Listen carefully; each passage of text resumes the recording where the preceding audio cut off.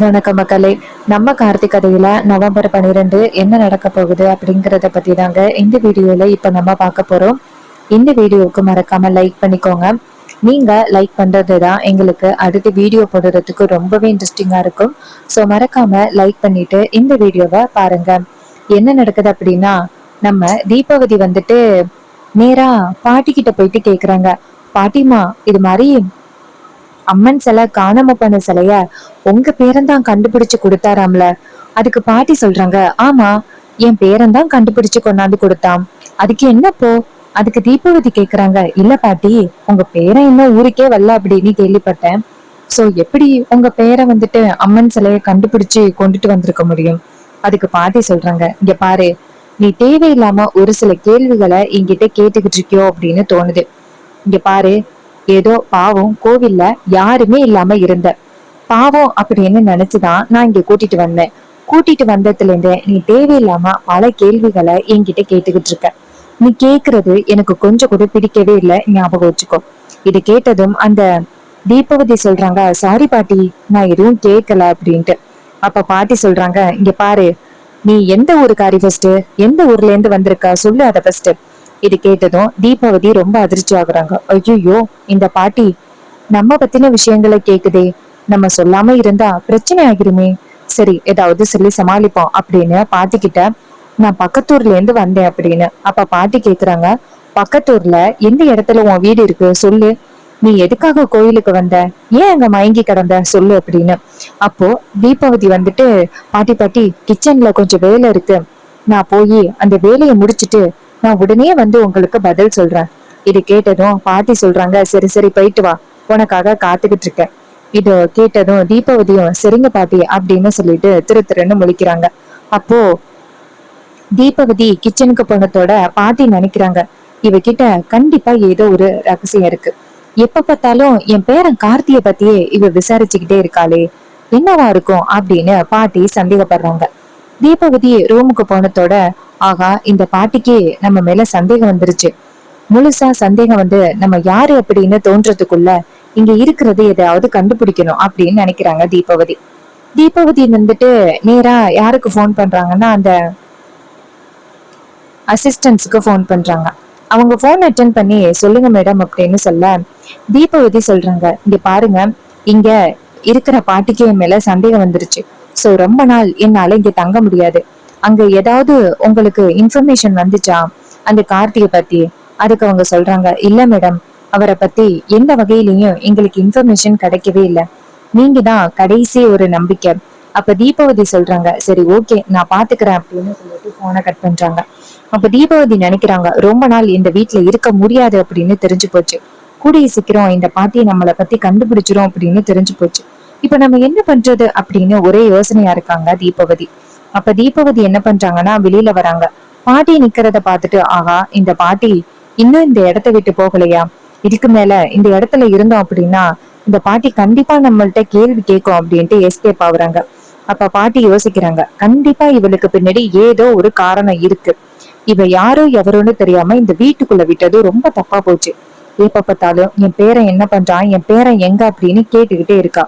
ஒருவேளை பேராண்டி சொன்னானே ஏதோ ஒரு உளவாளி பொண்ணு பேராண்டிய பத்தி விசாரிச்சுக்கிட்டு இருக்கு அப்படின்னு, ஒருவேளை அந்த பொண்ணுதான் இந்த பொண்ணா இருப்பாளோ?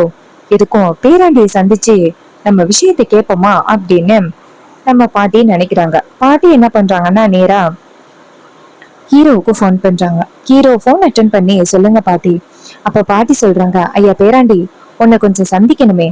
அப்ப ஹீரோ சொல்றாரு, சொல்லுங்க பாட்டி. அப்ப பாட்டி சொல்றாங்க, பேராண்டி, உன்னை நேரடியா சந்திக்கணும்ப்பா, ஒரு முக்கியமான விஷயத்த பேசணும். ஹீரோ சொல்றாரு, சரிங்க பாட்டி, பக்கத்துல இருக்கிற அம்மன் கோவிலுக்கு வரேன். உடனே பாட்டியும் சரியா அப்படின்னு சொல்லிட்டு நேரா அம்மன் கோவிலுக்கு கிளம்புறாங்க. அப்ப தீபாவதி பார்த்துட்டு, இந்த நேரத்துல இந்த பாட்டி எங்க போகுது அப்படின்னு நினைக்கிறாங்க. சரி, எங்கேயும் போகாது அப்படின்னு நினைச்சுக்கிட்டு வீட்டுல இருந்துடுறாங்க. பாட்டி நேரா கோயிலுக்கு போறாங்க. அங்க போயிட்டு நம்ம ஹீரோவை பாக்குறாங்க. ஹீரோ நேரா பாட்டிய பார்த்து, என்ன பாட்டி, திடீர்னு என்னை அம்மன் கோவிலுக்கு கூப்பிட்டீங்க, எதுவும் முக்கியமான விஷயமா? அப்ப பாட்டி சொல்றாங்க, ஆமையா பேராண்டி, ரொம்ப முக்கியமான விஷயம். என் வீட்டுக்கு ஒரு பொண்ணு வந்திருக்காயா. ஹீரோ சொல்றாரு, சொல்லுங்க பாட்டி, அதனால என்ன? பாட்டி சொல்றாங்க, பேராண்டி, இந்த கோவில்ல தான் அந்த பொண்ணை பார்த்தேன். பாவம் மயங்கி கிடந்துச்சு. அந்த பொண்ணுக்குன்னு யாருமே இல்ல. அந்த பொண்ணை போய் பார்த்த பொழுது எனக்கு என்ன திறன்னு கேட்டுச்சு. எனக்கு தங்குறதுக்கு ஒரு இடம் வேணும்னு கேட்டுச்சு. சரின்னு நானும் நம்ம வீட்டுல வந்து தங்கு அப்படின்னு சொன்னேன். உடனே அந்த பொண்ணு வந்து தங்குனுச்சு. ஆனா எனக்கு கொஞ்சம் கொஞ்சமா அந்த பொண்ணு மேல சந்தேகம் வருது. ஏன்னா அந்த பொண்ணு வந்துட்டு எப்ப பார்த்தாலும் உன்னை பத்தியே கேட்டுக்கிட்டு இருக்காயா. அந்த பொண்ணு உன்னை பத்தியே கேட்டுக்கிட்டு இருக்கிறதுனால எனக்கு கொஞ்சம் சந்தேகமா இருக்கு. ஏன்னா நீ ரொம்ப நாளைக்கு முன்னாடி உன்னை பத்தி ஏதோ ஒரு பொண்ணு ஆஹ் தேடிக்கிட்டு இருக்கா. உன்னை பத்தின உண்மைகளை கண்டுபிடிக்கிறதுக்கு உன் அத்தைக்காரி கூட ஏதோ ஒரு பொண்ண அப்பாயின்மெண்ட் பண்ணா அப்படின்னு நீ சொன்னியல்ல, அந்த பொண்ணா இருக்குமோ அப்படின்னு எனக்கு சந்தேகமா இருக்கியா பேராண்டி. அதுதான் உன்கிட்ட கேக்குறதுக்காக வந்தேன். அந்த பொண்ணு எப்படி இருக்கும் அப்படின்னு உனக்கு தெரியுமா? அப்ப ஹீரோ சொல்றாரு, தெரியும் பாட்டி அப்படின்னு. அப்ப பாட்டி சொல்றாங்க, பேராண்டி அந்த பொண்ணோட போட்டோ ஏதாவது வச்சிருக்கியா? அப்ப ஹீரோ சொல்றாரு, இருக்கு பாட்டி அப்படின்னு சொல்லிட்டு அந்த போட்டோவை நேரா பாட்டி கிட்ட காமிக்கிறாங்க. பாட்டி அந்த போட்டோவை காமிச்சதோட, அடிப்பாவி ஐயா பேராண்டி, இவதான் என் பேராண்டி என் வீட்டுக்குள்ள இருக்கிறது. அப்ப ஹீரோ சொல்றாரு, என்ன பாட்டி சொல்றீங்க? அப்ப பாட்டி சொல்றாங்க, ஆமையா பேராண்டி, இந்த பொண்ணுதான் என் வீட்டுக்குள்ள வந்து இருக்கிறா. எப்ப பார்த்தாலும் உன்னை பத்தி கேட்டுக்கிட்டே இருக்காளே அப்படின்னு எனக்கு கொஞ்சம் சந்தேகம் இருந்துச்சு. இப்ப இந்த போட்டோவை பார்த்த பிறகுதான் எனக்கு இப்ப கன்ஃபார்ம் பண்றேன். இந்த பொண்ணு வீட்டுக்குள்ள வந்தது உன்னை பத்தின உண்மைகளை கண்டுபிடிக்கிறதுக்காக என் வீட்டுக்குள்ளேயே வந்திருக்கிறா. இவ இப்படிப்பட்ட ஒருத்தியா இருப்பான்னு நான் நினைச்சு கூட பார்க்கவே இல்லையே. இவ வீட்டுக்குள்ள வந்து என்னெல்லாம் ஏமாத்தி எப்படியெல்லாம் பேசியிருக்கா. உன்னை பத்தி தெரிஞ்சுக்கிறதுக்கு அத்தனை தடவை என்கிட்ட துருவி துருவி கேள்வி கேட்டிருக்கா தெரியுமா.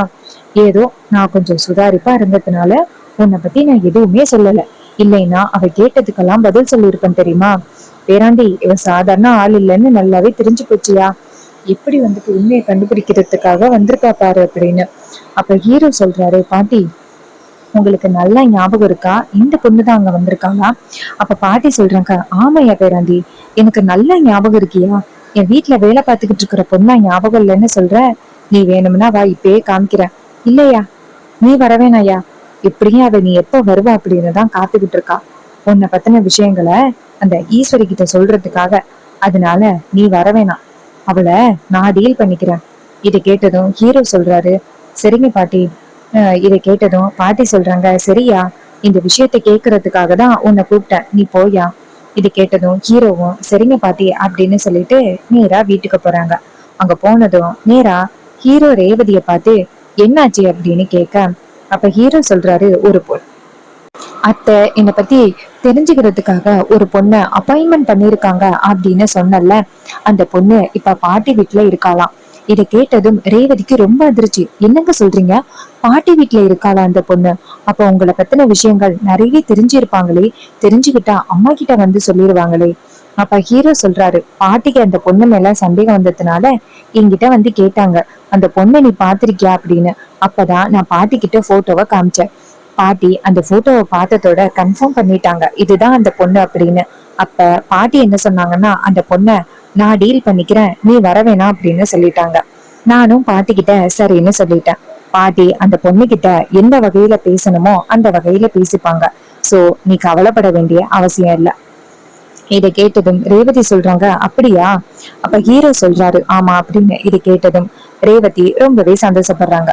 ரொம்ப சூப்பர் அப்படின்னு சொல்லிட்டு அப்ப நம்ம ஹீரோ சொல்றாரு, இருந்தாலும் நம்ம கொஞ்சம் உஷாரா இருக்கணும். அப்ப ரேவதி சொல்றாங்க, ஆமா நீங்க சொல்றது சரிதான், இருந்தாலும் நம்ம கொஞ்சம் பாதுகாப்பா இருக்கணும் அப்படின்னு சொல்லிட்டு பேசுறாங்க.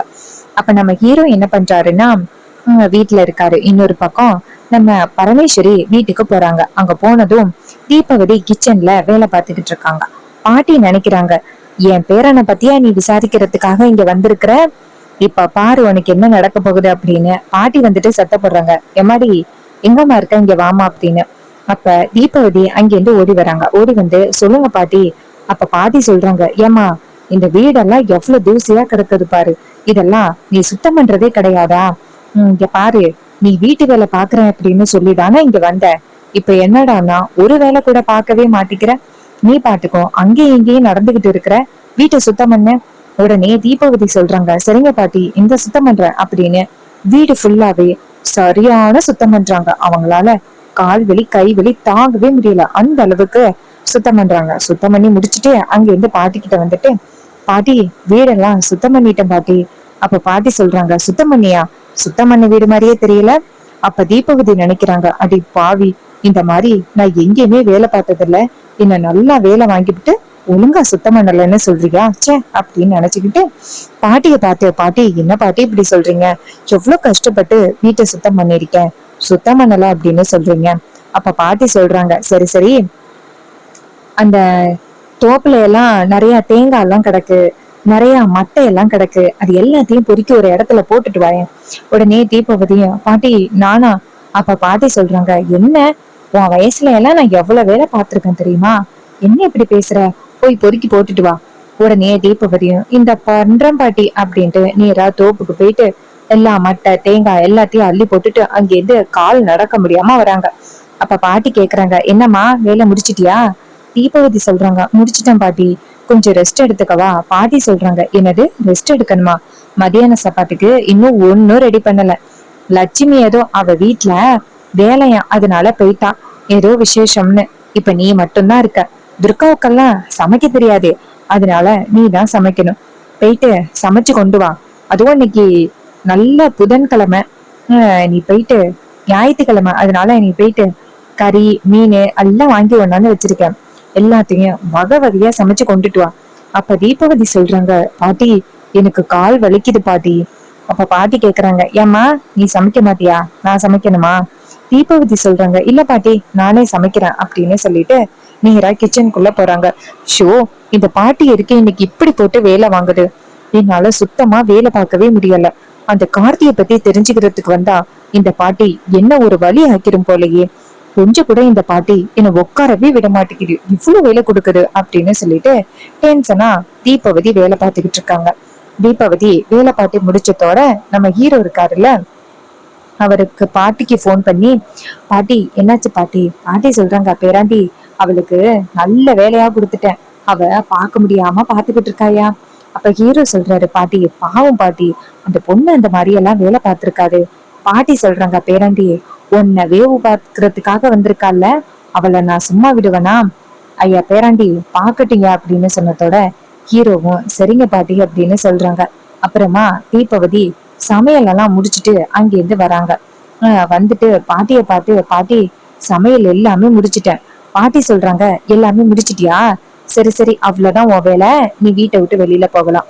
அப்ப தீபவதி அதிர்ச்சியாகி, என்ன பாட்டி சொல்றீங்க, வீட்டை விட்டு வெளியில போகணுமா? நான் எதுக்கு வீட்டை விட்டு வெளியில போகணும், நீங்க சொன்ன வேலை எல்லாத்தையுமே நான் பார்த்தனே. அப்ப பாட்டி சொல்றாங்க, சொன்ன வேலை இல்லாம சொல்லாத வேலையும் பாத்துக்கிட்டு இருக்கியே. அப்ப தீபவதி ஷாக் ஆகுறாங்க, என்ன பாட்டி சொல்றீங்க? பாட்டி சொல்றாங்க, அம்மாடி நீ யாரு அப்படிங்கறது எனக்கு தெரியாது அப்படின்னு நினைச்சுக்கிட்டு இருக்கியா?